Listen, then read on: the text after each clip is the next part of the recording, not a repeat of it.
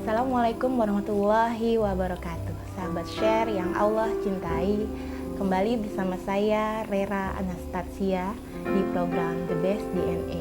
Kali ini saya bersama tamu yang sangat istimewa. Tuh kan, saya kalau ngomong tentang parenting pasti mulai agak berkaca-kaca nih. Saat ini Bunda Hilya adalah bunda dari Hilya Konita. Ya, Konita itu subhanallah adalah juara 1 hafiz ya, subhanallah, dalam usia yang sangat muda. Banyak sekali yang akan saya tanyakan kepada Bunda Hilya. Yang pertama adalah bagaimana sih caranya agar orang tua seperti saya ini yang ya mungkin secara persiapan dari sebelum menikahnya belum mencanangkan kalau anak kami ini harus menjadi siapa atau menjadi apa gitu. Bagaimana cara kami memulai agar anak kami juga bisa seperti Hilya? Baik, terima kasih. Mungkin di sini saya menyemangati untuk Ibu Rera, kemudian untuk pemirsa bahwa tidak ada kata terlambat. Siapapun jika ingin memulai itu pasti bisa. Satu kuncinya kita minta dulu kepada Allah. Kita berdoa kepada Allah karena kekuatan doa itu dahsyat. Saya banyak pengalaman yang memang terjadi itu adalah karena kesungguhan kita dalam berdoa kepada Allah. Jadi kita berdoa kepada Allah, minta kita ingin anak kita mencintai Al-Quran, dekat kepada Al-Quran. Insya Allah nanti Allah akan tunjukkan jalan-jalannya. Ketika kita mau melakukan kerja keras, kemudian mau mengikuti melalui prosesnya, nanti insya Allah akan Allah tunjukkan. Entah itu dia nanti ketemu teman yang senang ke Quran, jadi dia ikut ke Quran. Kemudian nanti dia di sekolah, ternyata di sekolahnya punya program Al-Quran yang bagus, dia jadi ikut ke Quran. Banyak cara Allah. Yang terpenting dari orang tuanya, jangan ada kata terlambat, minta kepada Allah. Amin, amin. Semoga kami dan pemirsa khususnya di rumah tertular semangat yang ada di Bunda Hilya saat ini. Amin, insya Allah. Ya, saat ini kan sebenarnya kalau yang pada masa ini yang saya rasakan itu lebih banyak orang tua yang mendahulukan atau mengutamakan pendidikan umum dibanding pendidikan Al-Quran. Itu sebenarnya bagaimana sih Bunda Hilya menyeimbangkan antara pendidikan yang umum yang memang seharusnya diterima oleh anak-anak seumuran Hilya ini dengan pendidikan Al-Quran sendiri? Sebenarnya apa pertimbangannya dan bagaimana menyeimbangkannya? Jadi yang namanya menuntut ilmu itu mestinya kita tidak ada istilahnya berat sebelah. Jadi harus seimbang. Karena memang ada di hadis Rasulullah, ketika kamu ingin tahu tentang akhirat dengan ilmu, fa'alaihi bi'ilmi, tentang dunia maka dengan ilmu. Ketika ingin menguasai keduanya dengan ilmu. Jadi di situ benar-benar ditekankan, tidak ada kita mengutamakan ini, tapi prakteknya kebanyakan orang ya dunianya kayaknya lebih utama gitu ya. Disinilah kita harus merubah cara pandang yang seperti itu. Tetapi kalau menurut saya memang dunia itu mestinya akhirat itu mestinya memang harus menjadi orientasi. Untuk mencapai orientasi akhirat selamat, tentu kita perlu jembatan. Jembatannya ini adalah dunia. Jadi anak-anak mestinya orang tua pertama membangun pribadi mereka, membangun kesolehan anak-anak itu memang pertama mengenalkan istilahnya ilmu tentang Allah, ketauhidannya dari sejak kecil. Kemudian membekali mereka dengan agama. Ketika mereka punya agama, belajar apapun mereka, entah itu mereka di perguruan tinggi, di sekolah umum atau apapun, ketika mereka punya ilmu agama, insya Allah ilmu umumnya akan mendukung agamanya, ilmu agamanya pun akan membentengi ilmu-ilmu umumnya sehingga selamat ya istilahnya. Oke, baiklah. Kalau bicara tentang tauhid dan tentang proses, saya pernah melihat Bunda Hilya ini mengajarkan kepada anaknya yang ketiga itu membacakan satu buku, dan di bukunya ini tidak seperti orang tua pada biasanya. Kalau orang tua biasanya ini macan itu mengaum itu wow gitu biasanya begitu. Kalau kemarin saya sangat tertarik dengan cara Bunda Hilya mengajarkan tauhid kepada anaknya, yaitu dengan bagaimana Bunda? Jadi ada gambar kemudian seperti apa? Saya memang menanamkan itu sejak kecil. Jadi ketika ketemu apapun, saya selalu bilang ini harimau. Siapa yang menciptakan harimau? Allah.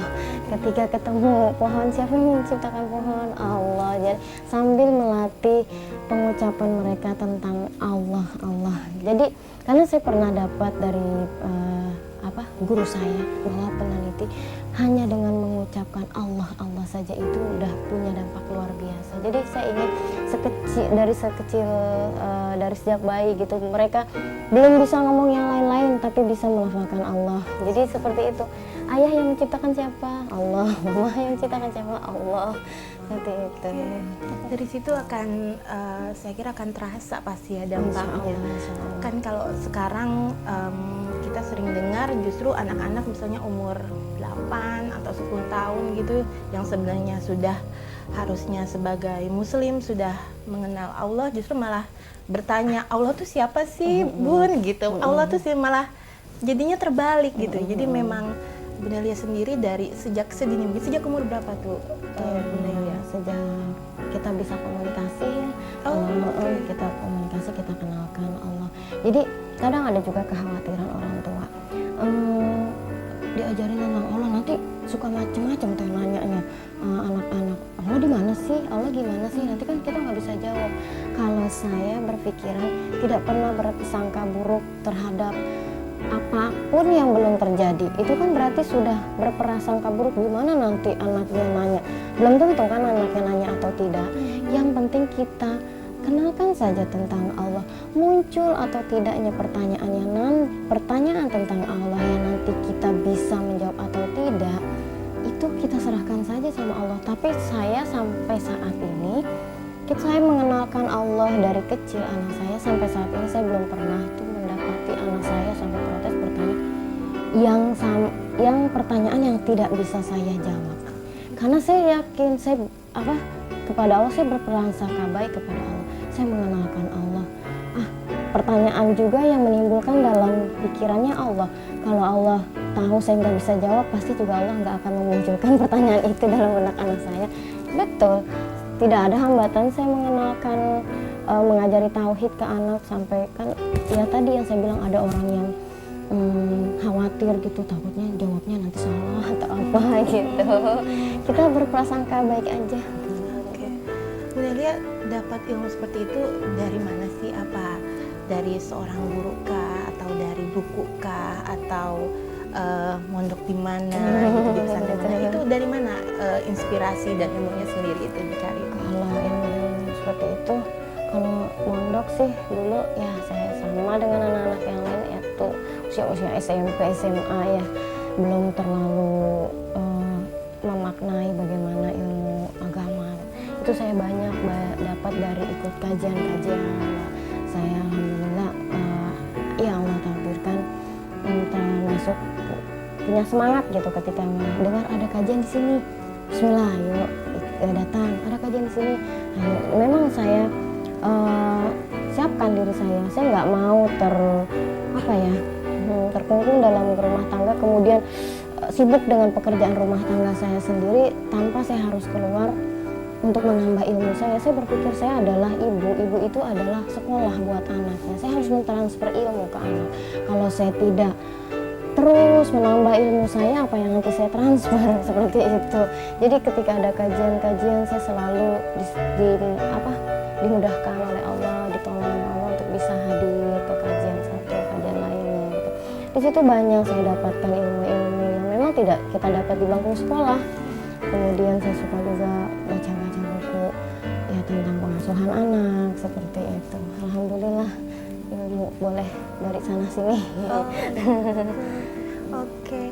Jadi dari ilmu-ilmu itu yang didapatin melalui kajian, dari melalui buku-buku juga. Nah itu bagaimana tuh mengatur manajemen waktunya, Bun? Soalnya kan kalau kami misalnya yang ibu-ibu rumah tangga atau mungkin yang bekerja itu kan pasti agak sulit, apalagi 3 anak ya Bun ya. Oh tapi ada 1, kedua, ketiga ini ada program tersendiri ya. Oke, itu bagaimana Bun mengatur? Putra-putri saya 3, yang 1 memang saya titipkan di pesantren, yang ada 2 di rumah. Ya memang sepertinya kalau masalah kesibukan itu tergantung diri sendiri sih ya Mbak. Kalau menurut saya bisa jadi orang yang nggak punya anak bahkan, tapi dia merasa sibuk karena dia tidak bisa memanage waktunya. Ada orang yang anaknya 6, 7 tapi bisa terselesaikan loh semuanya. Dapat ilmu iya, rumah tangga beres, anak-anak beres. Jadi berbalik lagi, pulang lagi kepada diri sendiri, dia bagaimana mengatur waktunya. Kalau menurut saya memang kita sebagai ibu rumah tangga itu adalah harusnya multi talent dan multitasking. Jadi kita pandai mengatur anak, mengatur rumah tangga, ngurus suami, kemudian mengatur diri sendiri juga. Bagaimana harusnya kita tetap menjadi ibu, jadi istri, kemudian tetap juga menjadi wanita yang tetap mendapatkan ilmu-ilmu yang baik dari luar, tetap belajar walaupun tidak harus di bangku perkuliahan ya, misalnya belajar di universitas kehidupan lah kalau menurut saya seperti itu. Jadi memang kitanya yang harus pintar-pintar mengelola waktu yang ada. Semua diberi waktu oleh Allah sama 24 jam. Tapi siapa nih yang pintar-pintar mengisinya, mengaturnya? Seperti itu. Nah, cara pintarnya tuh gimana tuh Bu? Untuk Bu Naila sendiri, apa bangun sepagi mungkin dari jam 2 pagi, tidur semalam mungkin itu apa seperti itu atau gimana gitu? Tidur sih biasa saja. Memang saya kegiatannya pagi ngajar, siang ngajar. Ngajarnya sih biasa, nggak banyak-banyak banget. Kemudian habis maghrib juga ada ngajar lagi. Kemudian membimbing plus membimbing hafalan hilyah. Kemudian karena memang kami punya hafalan Al-Quran, itu harus selalu ada kegiatan mengulang hafalan. Nah, kalau yang orang menghafal Al-Quran itu memang kalau sudah makin banyak hafalannya itu tidak bisa dia mengaji hanya 1 juz misalnya. Walaupun sekarang ada yang terkenal ya gerakan one day one juz, itu bagus sekali untuk memotivasi orang untuk terus bertilawah. Kalau sudah punya hafalan Al-Quran memang harus banyak lagi kita punya waktu untuk mengulang hafalan-hafalan kita yang sudah lewat. Ya itu saya ya bangun seperti yang Rasulullah perintahkan ya. Kita harusnya nih selalu berusaha, apalagi seorang ibu nih pemirsa, sebelum subuh, jauh sebelum subuh tuh harus kita udah bangun tuh. Ya kita minta kepada Allah, gunakan waktu yang mustajabah. Ya selanjutnya biasa deh tuh kegiatan pagi. Tapi memang sih nggak perlu juga sih Bun ya yang namanya khodimah membantu. Tapi tidak semuanya harus didelegasikan ke dia, seperti itu. Dia hanya partner aja. Misalnya saya ketika membimbing hafalan hilyah, saya perlu konsentrasi, berarti yang saya mendelegasikan tugas anak saya yang baik harus dikasih makan nih. Misalnya saya titip dulu ke pengasuhnya, tolong ya suapin si Fatih, kebetulan Mbak namanya Fatih, tolong ya suapin dulu karena saya mau nyimak hafalan si kakaknya, seperti itu. Jadi kita berbagi, kalau ada teman yang membantu kita di rumah itu mungkin lebih baik gitu. Kalau sendiri semuanya sih ya keteteran juga sih. Kasihan. Waktu anak pertama gimana tuh Bu? Oh kalau anak pertama sampai kedua tuh memang saya sendiri tuh. Masih bisa saya sendiri karena mungkin belum banyak hafalannya, jadi belum terlalu banyak waktu untuk yang digunakan untuk murojaah. Karena kalau murojaah memang kita butuh waktu sampai berjam-jam ya. Jadi kalau misalnya kita mau 1 juz tartil itu bisa lebih dari 1 jam. Kalau cepat bisa 45 menit bisa. Jadi alhamdulillah disibukannya insya Allah dengan Al-Quran. Kayak gitu. Dulu belum terlalu banyak, jadi masih bisa tuh saya tanganin sendiri. Tapi saya tetap tuh dulu yang keluar tuh hari apa saya bagi, misalnya dalam seminggu, misalnya hari Senin ada jadwal belajar di luar, Selasa tidak, ketika ada jadwal di rumah ya ditunda dulu. Misalnya jadwal megang cucian, tapi harus keluar ngaji misalnya. Bismillah cuciannya disulap ya, tunggu dulu. Nanti pulang ngaji baru diselesaikan gitu. Jadi pintar-pintar kitanya ngatur deh gitu. Yang penting tekad juga ya kali ya. Tekad, kemauan, terus apa ya? Kalau kita nggak bertekad sungguh-sungguh pengen ngaji itu pengen apa, kayaknya sih sibuk di dalam rumah dengan kegiatan rumah tangga aja tuh. Habis waktunya. Berarti Bunda seperti membuat kayak timetable secara tertulis atau sudah pokoknya habis ini atau bagaimana? Saya sih tipe yang kurang juga sih kalau nulis-nulis misalnya terinci sekali enggak juga sih, tapi ya main aja deh di otak saya, jam segini saya harus apa, jam segini harus apa, jam hari ini apa gitu gitu aja sih. Kalau ditulis-tulis saya juga termasuk yang belum bisa tuh. Itu yang udah hebatnya, yang waktunya benar-benar terpelihara, terjaga, manfaat semua harus. Saya belum juga sih, belum bisa banget. Kalau untuk usia sendiri, kenapa dari Bunda Hilya seperti membuat target 4 tahun itu harus bisa baca Quran? Itu kenapa? Saya membuat target seperti itu karena saya tidak mau kewalahan. Karena kasihan juga ke anak. Satu, kasihan ke anak, misalnya dia masih kecil banget nih, udah harus punya adik lagi. Sepertinya nanti kurang perhatian dan kurang kasih sayang. Akhirnya yang ada pengasuhannya nanti cuma marah-marah aja. Misalnya lagi pegang dedeknya, kakaknya ribut, nangis. Sebentar deh, ini adanya lagi nangis juga. Kayaknya saya kasihan.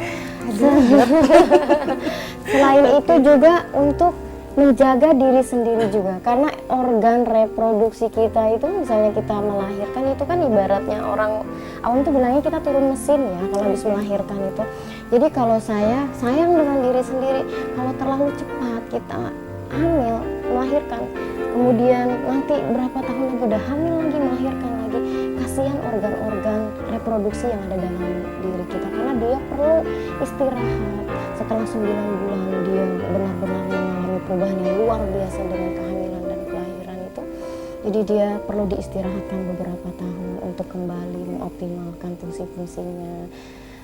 Seperti itu sih alasannya. Kemudian ya tadi biar supaya anak-anaknya perhatiannya cukup. Kemudian kemampuannya jadi enak kan Mbak, nanti kalau saya udah punya adik nih, kakaknya udah bisa baca, udah bisa ngaji, saya kan membimbingnya nggak terlalu berat. Karena kan udah punya bayi nih, kalau berat kan nanti kasihan, udah punya bayi malah ngaji nanti nggak bisa ngebimbing. Tapi kalau dia udah bisa baca kan saya tinggal liatin aja, ayo kak baca kak, sekarang jadwalnya tilawah, ayo ngaji, sambil ngomong bayi tinggal diliatin aja kan bacanya, nggak pakai harus kerja keras lagi gitu. Jadi lebih ringan aja sih untuk ngeringanin pekerjaan gitu ya. Kembali ke kami yang tidak memulai from a very beginning. Gimana tuh cara startnya? Start apanya nih? Start ya, kalau Bunda Hilya tadi pokoknya 4 tahun harus sudah bisa baca Quran. Kemudian sudah mulai hafalan setelah baca Quran. Kalau dari misalnya pemirsa dan termasuk saya gitu yang sudah usia 8 tahun itu saran dari Bunda Hilya bagaimana agar kami bisa ini loh mulainya apa sih yang harus dikurangi gitu, apalagi dengan pola hidup kami yang mungkin sudah berbeda jauh dari Bunda Hilya yang memang tiap hari diisi dengan Quran, kemudian dengan membaca buku. Itu bagaimana? Tidak cuma untuk saya tapi juga untuk pemirsa di rumah. Baik, memang ya tadi yang di awal saya katakan jangan pesimis, tidak ada kata terlambat. Jadi menghafal Quran itu saya pernah ikut pelatihan menghafal Al-Quran, kita lebih memfokuskannya ke menghafal ya. Menghafal Al-Quran itu untuk segala usia katanya tuh. Yang muda belia-belia ada, yang tengah-tengah remaja ada, yang dewasa ada, bahkan yang sudah lansia pun ada, yang 70 tahun ada. Jadi di sini kita bangun dulu semangat bahwa tidak ada terlambat, tidak ada kata apa ya, waduh kayaknya nggak bisa deh gitu. Baik buat anak-anak kita yang misalnya sudah besar, jangan kita katakan terlambat memulai. Mungkin ada sedikit penyesalan, tapi segera kita taubat kepada Allah, kemudian kita langsung ubah strategi. Apa tuh Bu strategi? Sekarang kan banyak nih figur, kita tunjukin dulu. Alhamdulillah sekarang di berbagai stasiun televisi ya, apalagi Ramadan tuh kadang kontennya memang bagus ya. Di situ ada apa namanya talent show yang memang talent yang Allah ridhoi gitu. Ada yang bisa ngaji, ada yang bisa ceramah gitu. Itu kita jadikan motivasi buat anak kita. Yuk kita lihat yuk nak gitu tuh. Subhanallah ya, Allah beri kemampuan kepada dia, masih kecil bisa ngaji, masih kecil bisa menyampaikan pesan-pesan agama misalnya. Ayo nak, mama juga pengen kakak punya prestasi, walaupun tidak seperti itu, tapi kita punya semangat seperti itu, kita mau melakukan apa yang dia lakukan. Dia bisa ngaji karena dia banyak baca Al-Quran. Yuk kita tambah lagi yuk jam belajar kita membaca Al-Quran. Kamu perlu belajar, apakah Kak Mama kan misalnya terbatas membimbing, apakah kamu perlu guru pembimbing? Yuk sama-sama kita cari di mana kamu maunya. Kita ngobrol sama anak, kita ajak. Kita tuh pertama tadi udah ya kita tunjukkan figur seperti itu. Mudah-mudahan dengan menunjukkan figur seperti itu jangan sampai dia jadi down, tapi kita bangkitkan. Ayo nak, kamu juga bisa. Dia kecil bisa, abang kan udah besar, misal kakak udah besar, pasti abang bisa lebih paham karena udah besar tuh pikirannya sudah lebih dibuka oleh Allah, seperti itu. Pokoknya komunikasi yang bagus, yang manis ke anak-anak seperti itu. Mudah-mudahan mereka bangkit tuh Bun semangatnya dengan melihat contoh, kemudian kita ajak, yuk kita les ngaji di mana nih misalnya. Jangan kita hanya ngelesin anak ketika nilai matematikanya jeblok, nilai bahasa Inggrisnya jeblok, langsung tuh ibunya cari tempat-tempat les yang profesional untuk meningkatkan nilai. Tapi ketika anaknya bacaan nasnya gak bener, bacaan sholatnya belum hafal, gak ada, risau untuk cari guru pembimbing karena dia mungkin belum bisa, tapi gak risau, aduh saya belum bisa, gak bisa bimbing, mana ya guru pembimbing yang tepat, gak risau, udah cuek aja. Mudah-mudahan tidak seperti itu ya Anissa. Kalau kita merasa kita kekurangan, bismillah kita minta pada Allah semoga ditunjukkan siapa yang bisa membimbing anak saya, tempatnya di mana, seperti itu. Bimbingan ini kan pasti harus disesuaikan dengan kebiasaan tersendiri ya. Dan saat ini kan memang banyak orang tua yang justru mengasuh anaknya dengan gadget. Nah itu bagaimana menurut Bun? Baik, memang sekarang anak kecil mana ya yang tidak kenal gadget. Masya Allah, belakangan tahun-tahun ini itu sudah seperti apa ya, saya bilang itu penyakit kalau menurut saya. Mereka berlagak seperti ingin keren-kerenan, tapi nauzubillah di belakang itu benar-benar akan terjadi kerusakan kalau menurut saya, dan itu pasti akan kerusakan pasti. Karena kreativitas anak dari sejak kecil itu sudah dimatikan kalau menurut saya. Mereka motorik halus kasarnya itu kan harusnya dilatih. Mereka harusnya bisa meremas kertas yang misalnya baik-baik, kemudian bolak-balik buku, kemudian mewarnai, kemudian melihat gambar yang tidak bergerak ya. Tapi pengasuhan orang tua saat ini, anaknya nangis dikit, ambilkan gadget antum. Nah itu jadi mulailah kita mengurangi interaksi anak kita kepada hal-hal yang demikian agar mereka punya konsentrasi yang bagus. Apalagi kalau anak-anaknya ingin diarahkan kepada menghafal Al-Quran, itu butuh konsentrasi, butuh ketenangan. Kita bicara baik-baik kepada anak. Kalau yang sudah terlanjur, yuk nak kita kurangin sedikit demi sedikit sambil kita mohon pada Allah, mudah-mudahan kecenderungannya diganti. Yang tadinya cenderung gadget jadi cenderung Quran, insya Allah. Dalam sekali. Merasa tersinggung, tapi mudah-mudahan bisa menular semangatnya. Doakan ya Bunda. Sama-sama doakan Ya, kami doanya juga. Hafizah kan makbul. Saya belum hafizah. Oh, Lagi tapi berusaha. punya anak yang sudah bisa memberikan mahkota insya Allah. Amin, Amin mudah-mudahan. insya Allah. Baiklah, sangat menarik tema yang kita bicarakan pada hari ini, apalagi masih banyak yang harus kita dalami, terutama mengenai gadget ini, kemudian kekurangan fokus pada anak yang juga menyebabkan akhirnya seorang anak itu jadi malas untuk membaca Quran ya. Jangankan untuk menghafal ya Bun ya, membaca Quran aja jadinya sudah tersaingi dengan gadget ini. Pada episode berikutnya jangan lewatkan pemirsa, akan kita bahas lebih lanjut mengenai gadget, mengenai apa saja sih saingan-saingan buat orang tua dalam mendidik anaknya agar bisa menjadi penghafal Quran dan bisa dekat. Apalagi yang sangat kita harapkan adalah menjadi keluarga pecinta Quran. Saksikan terus The Best DNA for a Better Generation hanya di Share Channel, Sharing and Inspiring Innovation Channel. Bersama saya Rera Anastasia undur diri dan Bunda Hilya Konita. Sampai jumpa pada kesempatan